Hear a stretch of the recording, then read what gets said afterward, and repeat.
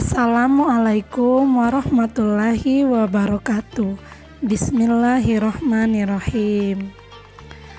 Baik anak-anak Umi, hari ini kita akan melanjutkan pembelajaran kemuhammadiyahan, melanjutkan materi yang sudah kita pelajari minggu lalu. Minggu lalu kita sudah mempelajari cara penyebaran agama Islam di Indonesia. Ada 4 cara. Yang pertama perdagangan, 2 perkawinan, 3 politik kerajaan, dan yang keempat melalui tablik. Hari ini kita akan membahas yang melalui tablik atau dakwah. Peran mubalik dalam penyebaran Islam ini sangat penting sekali karena mereka menyebarkan Islam melalui dakwah. Mubalik adalah orang yang menyampaikan ajaran Islam kepada masyarakat luas. Melalui para mubalik inilah Islam dapat berkembang cepat di seluruh Nusantara. Penyebaran agama Islam melalui para mubalik ini tidak hanya berlangsung di dalam Pulau Jawa ya, tetapi juga berlangsung di luar Pulau Jawa. Penyebaran Islam di luar Pulau Jawa dilakukan melalui media dakwah yang disebarkan oleh alim ulama dan pedagang.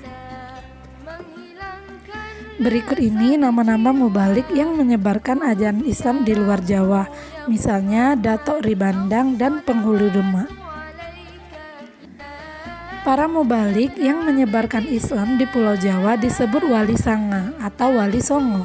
Wali berarti orang yang mulia yang dikasihi Allah, sedangkan sanga artinya 9. Jadi wali sanga adalah 9 wali yang berjasa menyebarkan Islam di Pulau Jawa.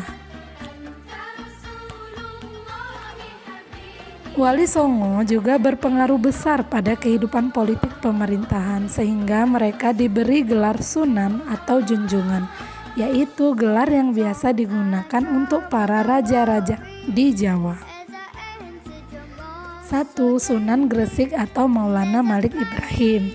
Sunan Gresik ini juga dikenal dengan nama Maulana Maghribi atau Syekh Maghribi. Ia berasal dari wilayah Maghribi, Afrika Utara. Beliau menetap di Gresik, Jawa Timur dan dimakamkan di Gresik pula. Yang kedua, Sunan Ampel atau Raden Rahmat. Beliau lahir di Champa, Kamboja, ibunya dari Champa dan ayahnya dari Arab. Beliau menikah dengan Dewi Condrowati, putri dari Raja Majapahit Prabu Kertabumi. Yang ketiga, Sunan Bonang atau Makdum Ibrahim. Beliau ini lahir di Ampel, Denta, Surabaya. Beliau merupakan putra dari Sunan Ampel. Sunan Bonang ini berdakwah di Lasem, Rembang, dan Tuban. Ia juga pernah mempelajari Islam di Pasai Aceh dan kegiatan dakwahnya dengan mendirikan pondok pesantren.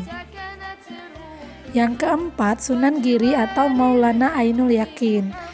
Beliau adalah putra Maulana Ishak dari Blambangan, Jawa Timur. Beliau mendirikan pesantren di daerah Giri dan banyak mengirimkan juru dakwah ke berbagai daerah.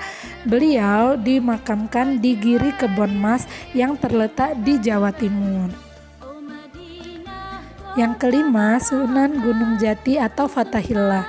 Beliau ini merupakan cucu dari Raja Pajajaran yang lahir di Mekah. Setelah dewasa, beliau berdakwah di Jawa. Sunan Gunung Jati ini mendirikan kerajaan Islam Banten dan dikenal sebagai pejuang yang gigih melawan Portugis. Ketika beliau wafat, beliau dimakamkan di Gunung Jati, Cirebon. Yang keenam, Sunan Kalijaga atau Raden Mas Said. Nama aslinya adalah Raden Mas Said. Beliau memiliki istri yang bernama Dewi Sarah. Setelah pernikahan, beliau dikaruniai 3 orang putra. Ia juga dikenal sebagai budayawan dan seniman. Beliau mahir menciptakan aneka cerita wayang yang bernapaskan Islam. Yang ketujuh, Sunan Kudus atau Ja'far Shadiq. Beliau adalah putra Raden Utsman Haji.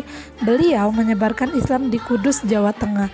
Ia diberi gelar Wali al-Ilmi, yaitu orang yang berilmu luas. Sunan Kudus membangun masjid di Loran pada tahun 1549.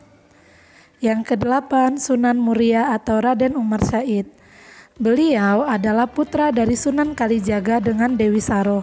Dalam mendakwakan agama Islam, sasaran utama dakwanya adalah para pedagang, nelayan, dan rakyat jelata. Beliau juga berdakwah dengan melalui kesenian seperti wayang dan gamelan. Yang terakhir yaitu Sunan Derajat atau Raden Syarifuddin. Nama aslinya adalah Sunan Derajat Raden Syarifuddin.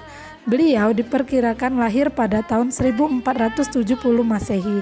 Beliau merupakan putra dari Sunan Ampel dan Dewi Chandrawati.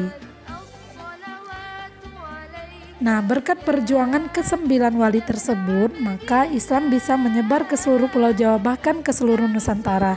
Jadi, mereka sangat berjasa ya dalam penyebaran Islam. Nah, anak-anak Umi, itulah pembelajaran kemuhammadiyahan kita hari ini. Semoga bisa dipahami ya, Nak. Wassalamualaikum warahmatullahi wabarakatuh.